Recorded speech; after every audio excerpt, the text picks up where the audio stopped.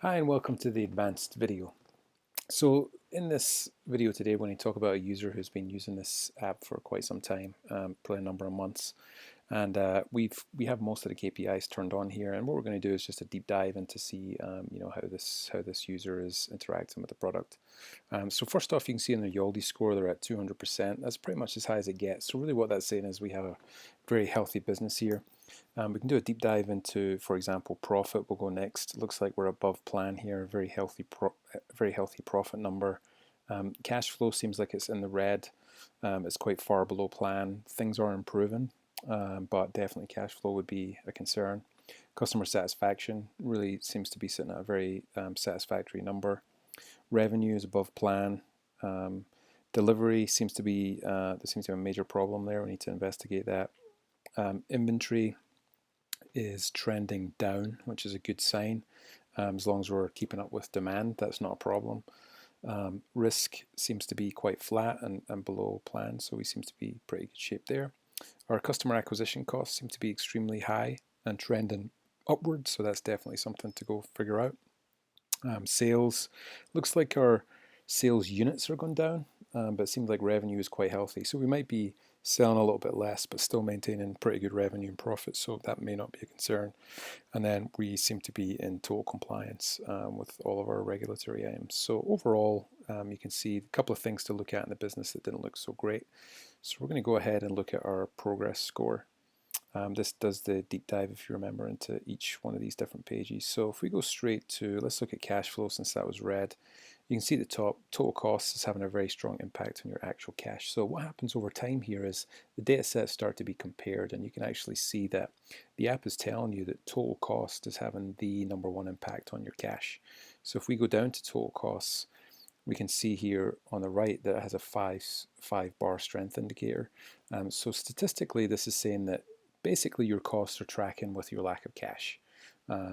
So you probably want to keep those two things in mind, and say that, hey, we're below plan and it's directly related to your costs. So some people might be tempted to go sell more, look at different areas, but this is highlighting that there's a definite relationship there and you should probably start there. Revenue seems to be very good. It's also a strong impact on your cash. That's obvious. You're way above plan, so your revenue is pulling your cash up, but clearly not enough. So the expenditure seems to be bringing that back down again. Inventory seems to be going in the right direction. Your inventory is coming down, even though your revenue is going up. So probably this is less likely to be the one having the actual effect, but it is tracking quite closely to your cash flow. As your inventory is going down, your cash flow is going down. It's a bit of a unique relationship, so it doesn't sound quite right with our business experience, but glad that it was pointed out to us. Accounts receivable and accounts payable are completely flat there. So really, nothing, no major indicators, and we're given some tips instead to go look at. So really, the main aspect that we can take away here is really that total cost is one of our big issues. If we click on the info button, we can actually see a little bit more about, hey, here's a full description of this KPI. Here's why it's important. Here's how you calculate it, and then here's a good target for you.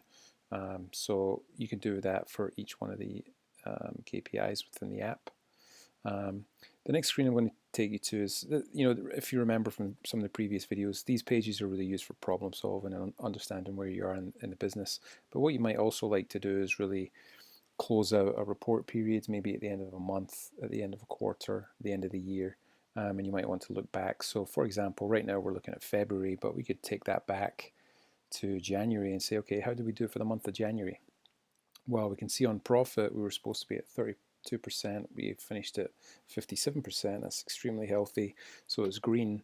Total costs, we planned on really spending only 7,464. We ended up at 12,000, so we overspent where it's red.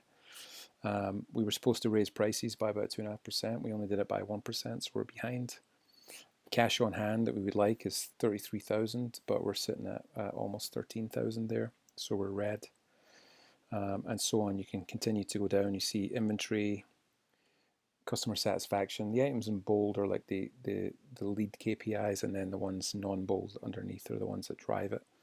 You can see that number of complaints was low, total customers was high, and you can continued to go down. So what's pretty good here is you could, at the end of the month, you can actually sit down with your partners or managers or anyone else in your business that you want to discuss these results with and really say, okay, here's how we did. Is there anything that we need to change in the business? Clearly, cash flow, you might decide that you want to discuss that and make some changes. And then again, what you can do is actually change this to say, okay, here's quarter. Well, here's how we did for the fourth quarter of last year, and kind of see where you're tracking. Actual cash continues to be a problem in the business. Total costs and expenditure. So really, you're looking at the past 3 or 4 months. This particular business has continued to have cost issues and cash issues. So something that's ongoing that you would like to address. And then what you can also do is kind of look ahead. This is February, that where you are in your current month. You can say, well, here's how we're doing right now. We had a plan to increase prices by 2.5%. We haven't increased them at all. Actual cash, we should be sitting at 35,000. Right now we're at 14,000. So this is giving you like the forward looking. Okay, here's what's coming this month, or you can change it to this quarter and say, okay, here's where we're headed this quarter. So from here, it's kind of a good communication tool to just sort of reflect on your business overall, look through all your results and see where you finished and find out if you're hitting plan or not. And then again, just like the last video, whenever you're off target, whenever you're red, we strongly recommend that you start to think about actions that are having an effect on your business. So, here we had a little bit excess inventory. We said we're going to ship that out. We were down to sales staff. That was hurting our revenue. And then we actually had to carry out a price reduction on certain inventory. And you can see that there's actually different actions and events for all the different subjects. Push accounts payable back 5 days. Under customer satisfaction, we had to contact a customer.